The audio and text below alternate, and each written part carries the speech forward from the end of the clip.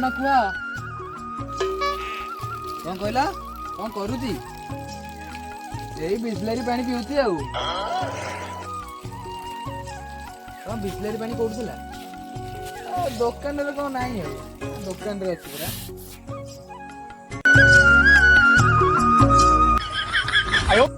ଛୁଆ ଟାଙ୍କି ପାଣି ପିଉଛୁ ଗାର୍ଲଫ୍ରେଣ୍ଡ କହୁଛୁ ମୁଁ ବିସ୍ଲେରୀ ପାଣି ପିଉଛୁ।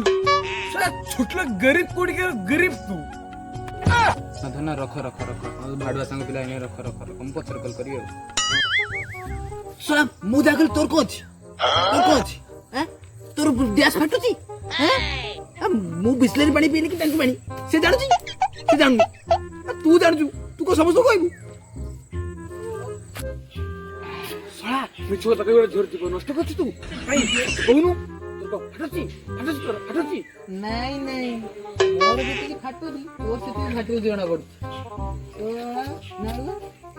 ଆଜି ଆଜି ସରିଯିବ।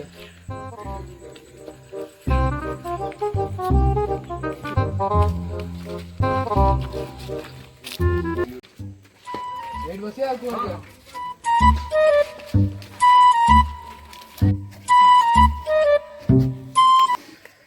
ଆଉ କଣ କରିବା? ଟିକେ ଟିକେ ରହ।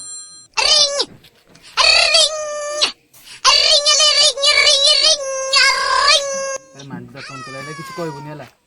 କିଛି କହିବୁନି। ହ୍ୟାଲୋ ହଁ ଧନ କୁହ କଣ କହିଲ? ତମର କଣ ବାଲାନ୍ସ ଅଛି? କୋଉ ଦିନ ସରିବ? ଆଜି ସରିବ? କଣ କରିବି ପକେଇଦେବି? ବ୍ୟସ୍ତ ନାହିଁ ଏକାଥରେ 3 ମାସ ଭିତରେ ବ୍ୟସ୍ତ ନାହିଁ ପକେଇଦବା ହେଲା। ମୋର ବାଲାନ୍ସ ପକେଇଲାକୁ କହୁଥିଲେ 15 ଟଙ୍କାଟେ ମାନ ଯିବୁ ମାଣ୍ଡୁ କଣ କଲା 3 ମାସରେ ଫ୍ରି ରିଚାର୍ଜ। କଣ କରିବା ପରିସ୍ଥିତିରେ ପଡିଲେ ମତେ କିଛି କହିବୁନି ତୁ ଖତମ। ସେମିତି ଗୋଟେ କହିଲେ ହବ? ରିଚାର୍ଜ 15 ଟଙ୍କା ମାରିନି ତା ବୋଲି କଣ ଭଲ ପାଉନି? ଭଲ ପାଇବୁ ତୁ?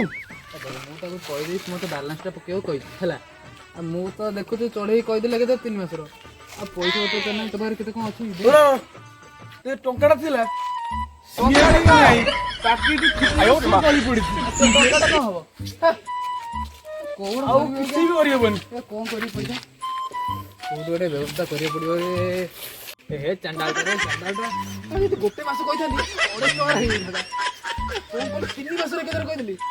କଣ ଗୋଟେ ମୋ ପାଖରେ ଆଉ କିଛି ଆଇଡିଆ ନାହିଁ କିଛି ହେଇପାରିବନି। ତୁ କଣ କର ତୋରି ଭଳିଆ ଚିତା କଥା ସାଙ୍ଗ ଯୋଗୁ ଆଜି ଆମ ଅବସ୍ଥା। ମତେ ତୁ କଣ ଫାଟୁଛି ତୋର କଣ ଫାଟୁଛି? ସେମିତି କିଛି କହନା କହୁଛୁ କଣ ଗୋଟେ କର ସମସ୍ତଙ୍କୁ ମାଗିବା ପଇସା। ପଇସା କିଛି ହବନି।